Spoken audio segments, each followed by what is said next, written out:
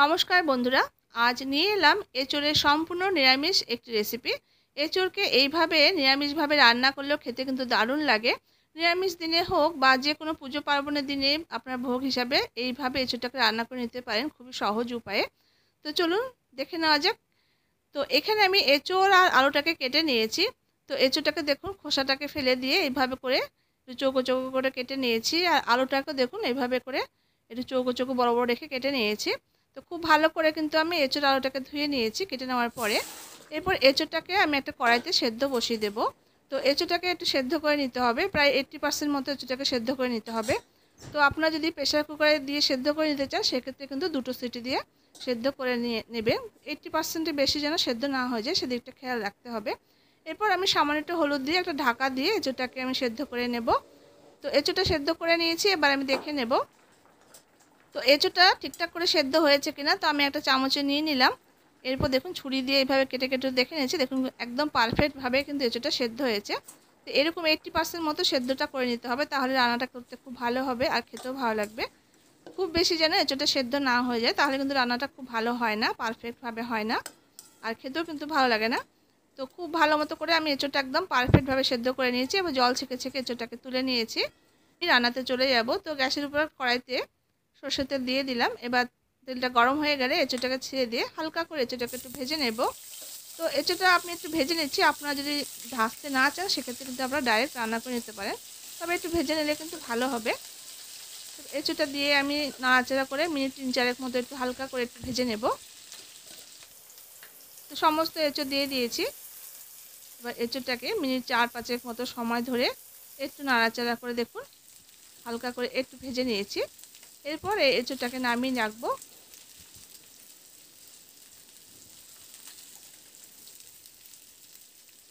তো ভাজাটা হয়ে গেছে, এবার আমি এঁচোড়টাকে নামিয়ে রাখছি। দেখুন এর থেকে বেশি কিন্তু কড়া ভাজা করব না, এরকম হালকা করে ভেজে কিন্তু নামাতে হবে।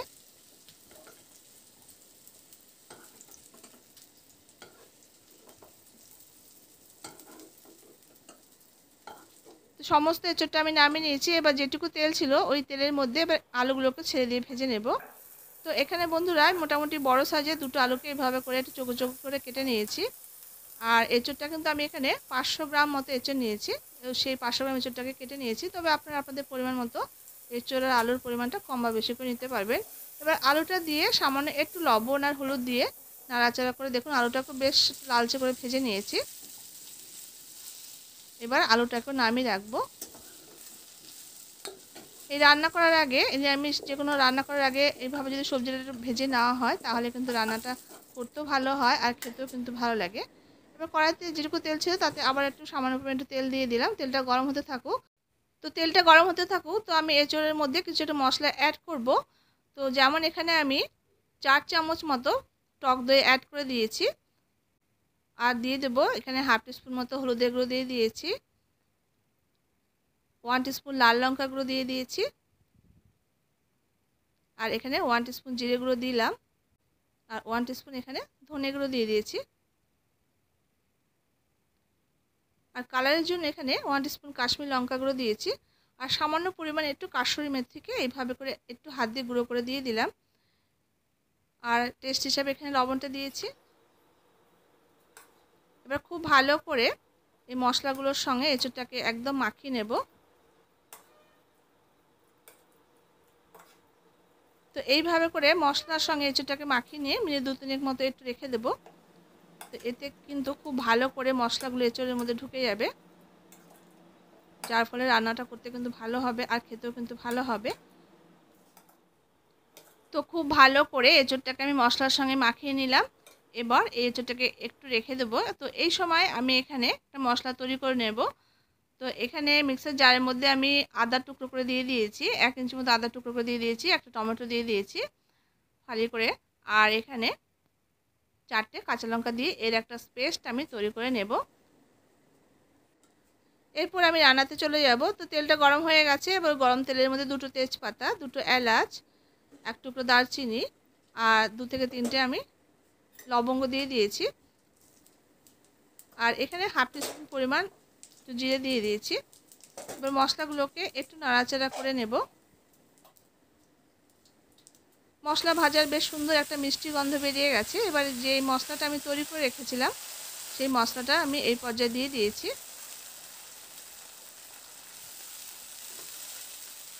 এবার সামান্য বাটি ধোয়া জল এখানে আমি অ্যাড করে দিলাম। এবার মশলাটা দিয়ে খুব ভালো করে নাড়াচাড়া করে মশলাটাকে একটু কষিয়ে নিতে হবে।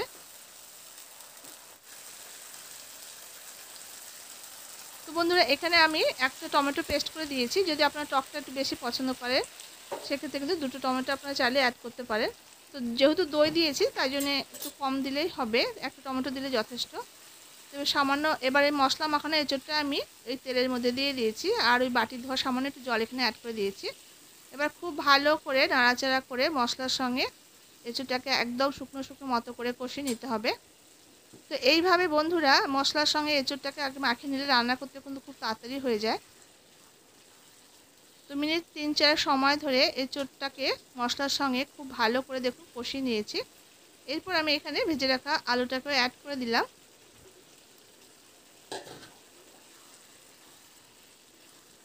এবার আলুটা দিয়ে এঁচোড়ের সঙ্গে মশলার সঙ্গে আবার খুব ভালো করে কয়েক মিনিট সময় ধরে একদম শুকনো শুকনো মতো করে কষিয়ে নেব। তো যত ভালো করে কষানো হবে তরকারির টেস্ট কিন্তু তত নির্ভর করবে কষানোর উপরে। তো দেখুন খুব ভালো করে দেখুন আমি একদম শুকনো শুকনো মতো করে কষিয়ে নিয়েছি, আর চারদিক থেকে দেখুন তেল ছাড়তে শুরু করেছে। তো এই পর্যায়ে এবার আমি জল অ্যাড করে দেব। তো আমি এখানে জলটা দিয়ে দিয়েছি, আর জলটা কিন্তু অবশ্যই ঈষদুষ্ণ দিতে হবে। ঈষদুষ্ণ জল দিলে কিন্তু তরকারির টেস্টটা পারফেক্ট থাকে। ঠান্ডা জল দিলে কিন্তু তরকারির যে টেম্পারেচার সেটা কমে যায়, সেক্ষেত্রে কিন্তু টেস্টে একটু ব্যালেন্স হয়ে যায়, কম বেশি হয়ে যায়। তো যখনই রান্না করবেন চেষ্টা করবেন একটু ঈষদুষ্ণ জল অ্যাড করার জন্য। তো এবার জলটা দিয়ে একটু নাড়াচাড়া করে নিলাম। এবার ঝোলটাকে হাই ফ্লেমে কয়েক মিনিটের জন্য একটু ফুটিয়ে নেব। তো আমার মনে হলো একটু জলটা কম হয়ে গেছে, তাই জন্য আমি আবার সামান্য একটু জল এখানে অ্যাড করে দিলাম। এবার হাই ফ্লেমে মিনিট 2-3 ফুটিয়ে নেওয়ার পর এবার একটা ঢাকা দিয়ে মিনিট 6-7 মতো লো ফ্লেম করে একটু রান্না করে নেব। মিনিট 8 পর এবার আমি ঢাকাটা খুলে নিয়েছি। এবার দেখে নেব, যেহেতু এঁচোড়টা সেদ্ধ করা আছে তো খুব বেশি কিন্তু সময় লাগে না রান্নাটা হতে। দেখুন আলুটা খুব সুন্দর করে কিন্তু সেদ্ধ হয়ে গেছে, আর এঁচোড়টা কিন্তু অলরেডি 80% সেদ্ধ আছে, তো খুব বেশি সময় লাগে না রান্নাটা হতে। তো রান্নাটা কিন্তু আমার শেষ পর্যায়ে, আর এরকম একটু গ্রেভি গ্রেভি মতো রেখে কিন্তু নামাতে হবে। তো এবার নামানোর আগে আমি এখানে 1 টিস্পুন গরম মশলা গুঁড়ো ছড়িয়ে দিয়েছি, আর এখানে 1 টিস্পুন পরিমাণে একটু ঘি অ্যাড করে দিয়েছি। ঘি আর গরম মশলা দিয়ে হাই ফ্লেমে আরও কয়েক মিনিট নাড়াচাড়া করে একটু ফুটিয়ে নিয়ে রান্না করে নিলে ব্যাস তৈরি হয়ে যাবে। তো বন্ধুরা এখানে আমি কাসুরি মেথিটা অ্যাড করেছি। যদি আপনারা পার্সোনালি কাসুরি মেথিটা অ্যাড করতে চান সেক্ষেত্রে কাসুরি মেথিটা আপনারা স্কিপ করতে পারেন বা ধনেপাতা দিয়ে কিন্তু নামাতে পারেন। তো কাসুরি মেথি ফ্লেভারটা কিন্তু ভালো লাগে খেতে, তাই আমি অ্যাড করেছি। আপনারা না চাইলে কাসুরি মেথিটা অবশ্যই স্কিপ করতে পারেন। এরপর মিনিট 2-3 মতো হাই ফ্লেমে এটাকে ফুটিয়ে নিয়েছি। উপর থেকে 2টো কাঁচা লঙ্কা দিয়ে গ্যাসটাকে অফ করে দিয়ে আমি স্ট্যান্ডিং টাইমে 5 মিনিট রেখে দিয়ে আমি আপনাদের সার্ভ করে দেখিয়ে দিচ্ছি। তো দেখুন বন্ধুরা নিরামিষ এঁচোড় কতটা সুন্দর আর লোভনীয় দেখতে হয়েছে, একদম মনে হচ্ছে যেন কষা মাংসের মতো দেখতে হয়েছে না কালারটা। খেতেও কিন্তু দারুণ লাগে, কেউ বলতেই পারবে না। খেতেও কিন্তু দারুণ হয়, মনে হয় না যে আপনি এটা নিরামিষভাবে তৈরি করেছেন। যেমন দেখতে তেমনি খেতেও কিন্তু লোভনীয়। তো আশা করছি নিরামিষ এঁচোড়ের এই রেসিপিটা আপনাদের কাছে ভালো লেগেছে। ভালো লাগলে অবশ্যই এইভাবে ট্রাই করে দেখবেন, আর আপনাদের কাছে কেমন লাগলো তা অবশ্যই কমেন্ট করে জানাবেন। দেখা হচ্ছে পরবর্তী রেসিপির সাথে। ততক্ষণের জন্য সবাই খুব ভালো থাকবেন, সুস্থ থাকবেন। ধন্যবাদ।